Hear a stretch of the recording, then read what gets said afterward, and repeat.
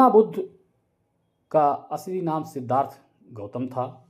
एक महान आध्यात्मिक नेता, बौद्ध धर्म के संस्थापक थे। वह 563 ईसा वर्ष पूर्व लुम्बिनी नेपाल में पैदा हुए थे और 483 ईसा पूर्व में कुशीनगर भारत में उनका निधन हो गया। सिद्धार्थ गौतम एक राजकुमार थे, लेकिन वह सांसारिक जीवन से विरक्त होकर ज्ञान की खोज में निकल पड़े। उन्होंने कई वर्षों तक कठोर तपस्या की, अंततः बोध गया में ज्ञान प्राप्त किया।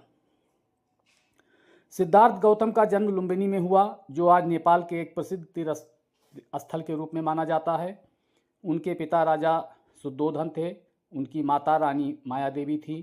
सिद्धार्थ को बचपन में राजकुमार के रूप में जाना जाता था। बौद्ध ग्रंथों के अनुसार उनकी मां की मृत्यु उनके जन्म के कुछ दिन बाद हो गई। सिद्धार्थ को एक सुरक्षित और सुखद जीवन प्रदान करने के लिए राजा शुद्धोधन ने उन्हें महल में रहने दिया और उनकी हर संभव इच्छा पूरी की। सिद्धार्थ को सांसारिक जीवन की असारता और दुख दिखाई दिया। उन्होंने सांसारिक मोह त्याग दिया और ज्ञान की खोज में निकल पड़े। उन्होंने कठोर तपस्या की, लेकिन उन्होंने महसूस किया कि ज्ञान प्राप्त करने का सही तरीका नहीं है। उन्होंने मध्य मार्ग का अनुसरण किया, जो ना तो आध्यात्मिक भोग में लिप्त था, ना ही आध्यात्मिक तपस्या में। उन्होंने बोध गया में पीपल के पेड़ के नीचे ध्यान लगाकर ज्ञान प्राप्त किया, जिसके बाद वह बुद्ध के रूप में जाने गए। बुद्ध ने अपने ज्ञान से दूसरों के साथ साझा करने के लिए अपने जीवन का शेष भाग बिताना शुरू किया। उन्होंने अपने धर्म का प्रचार किया और लोगों को सांसारिक मोह से मुक्त होने का मार्ग दिखाया। बुद्ध की शिक्षाएं, जिनमें बौद्ध धर्म के रूप में जाना जाता है, शांति, करुणा और अहिंसा पर आधारित है। बुद्ध ने लोगों को बुद्धित्व की प्राप्ति के लिए 8 मार्ग अनुसरण करने का उपदेश दिया, जो कि सही दृष्टि, सही चिंतन, सही वाणी, सही कर्म, सही जीविका, सही प्रयास, सही स्मृति और सही समाज से बना है। महात्मा बुद्ध का संदेश था कि सांसारिक मोह और दुख से मुक्ति पाने का एक शांति, करुणा और अहिंसा का पालन करने होता है। बुद्ध की शिक्षाएं आज भी लोगों के लिए प्रेरणा स्रोत बनी हैं और सांसारिक जीवन में शांति और खुशी खोजने में मदद करती हैं। बताया जाता है कि प्राचीन काल की बात है, मगध देश की जनता में आतंक छाया हुआ था। अंधेरा होते ही लोग घरों से बाहर निकलने की हिम्मत नहीं जुटा पा रहे थे।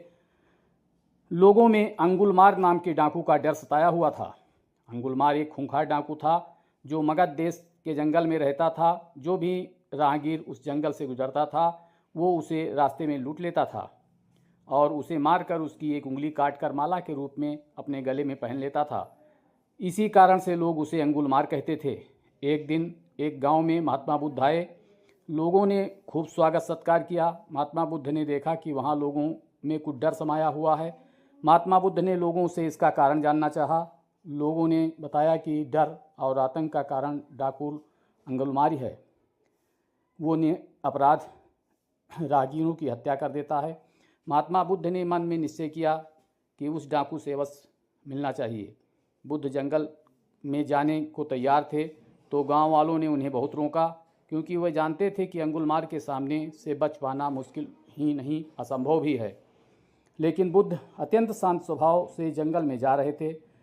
तभी पीछे से एक कर्कश आवाज़ पड़ी, ठहर जा, कहाँ जा रहा है? बुद्ध ऐसे चलते रहे मानो कुछ सुना ही नहीं। पीछे से ही और आवाज़ आई, मैं कहता हूँ ठहर जा। बुद्ध रुक गए और पीछे पलट कर देखा तो एक सामने खूंखार काला व्यक्ति खड़ा था। लंबा चौड़ा शरीर, बड़े हुए बाल, एकदम काला रंग, लंबे लंबे नाखून, लाल लाल आँखें, हाथ में तलवार लिए हुए बुद्ध को घूर रहा था। उसके गले में उंगलियों की माला लटक रही थी। वो बहुत ही डरावना लग रहा था।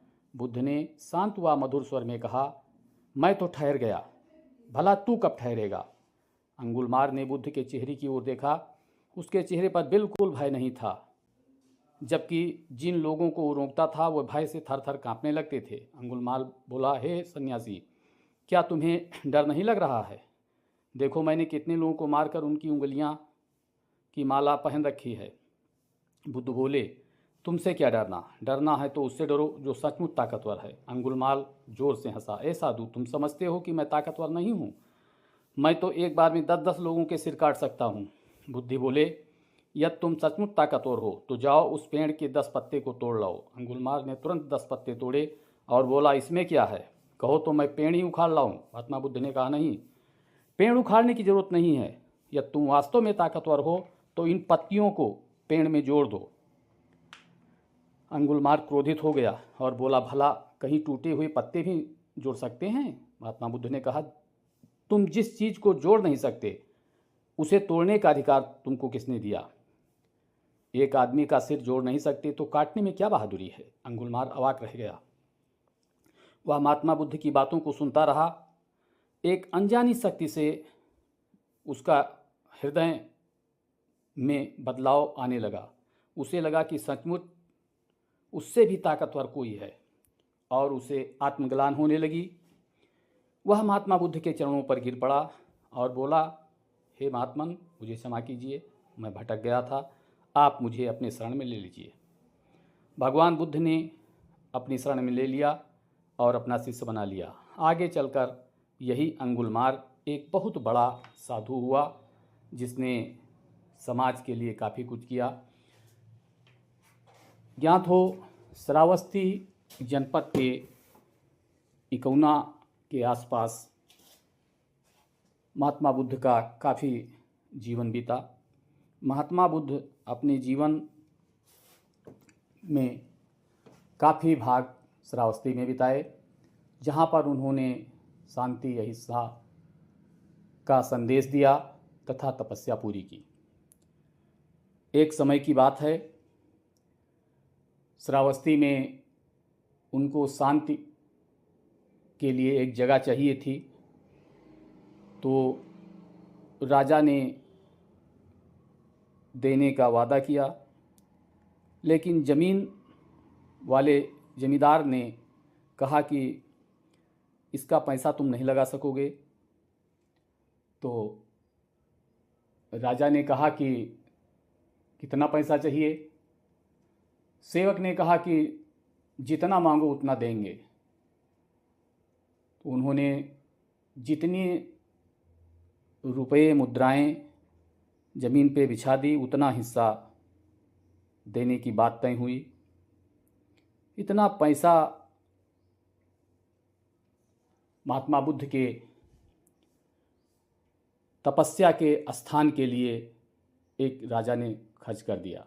ज्ञात हो, आज भी महात्मा बुद्ध श्रावस्ती में जिस बरगद के पेड़ के नीचे बैठे थे वो काफ़ी जर्जर व जीर्ण शीर्ण हो चुका है, लेकिन उसे संजोने के लिए पर्यावरण विभाग ने नीचे से खंभे लगाकर क्लैपिंग कर दिया है ताकि वो पेड़ सुरक्षित बना रहे, यादगार के रूप में बना रहे।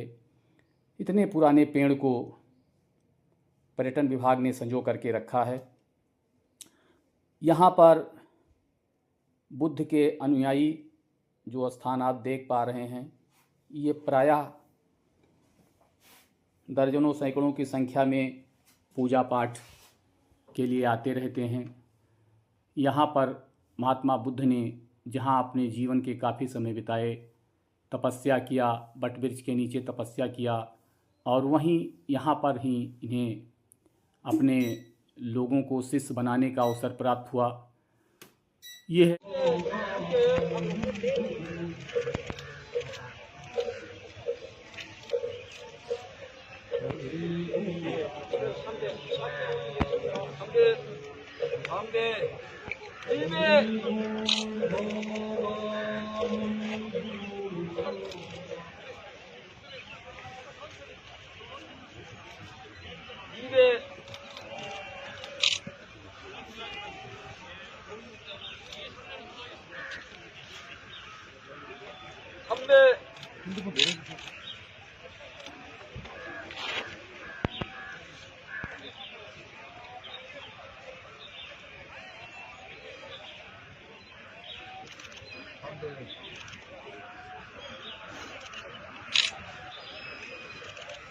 Right.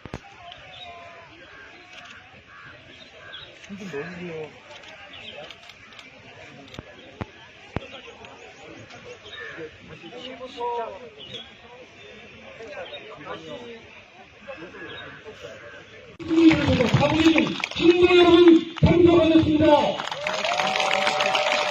여기서 조국에서 친구분들이 참석해 주셨습니다. 특히 김영경 부사님께서 화장판 라면을 대전공양으로 보내주셨습니다. 박수로 감사함을 드려야겠습니다. 강화선 인사들이 영원수님과 주인공과 강화선님과 친구분들이 참석해 주셨습니다. 고인입니다. 고인입니다. 특히 고인입니다. 친구분이십니다.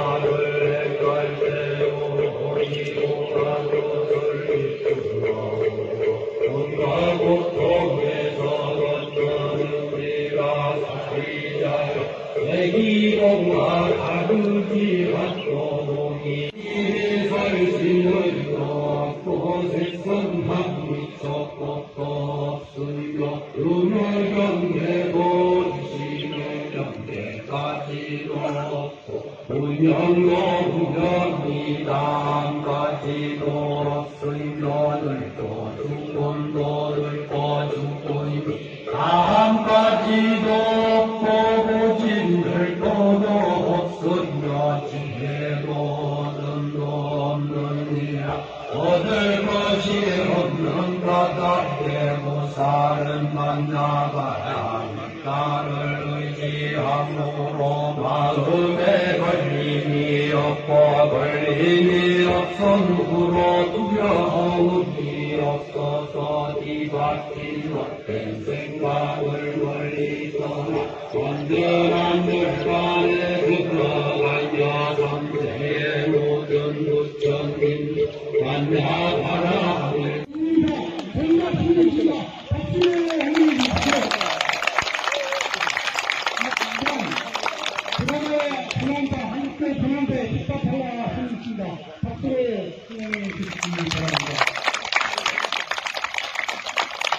네, IBC 아시시 나무 디렉터 라탕님 함께 와주셨습니다.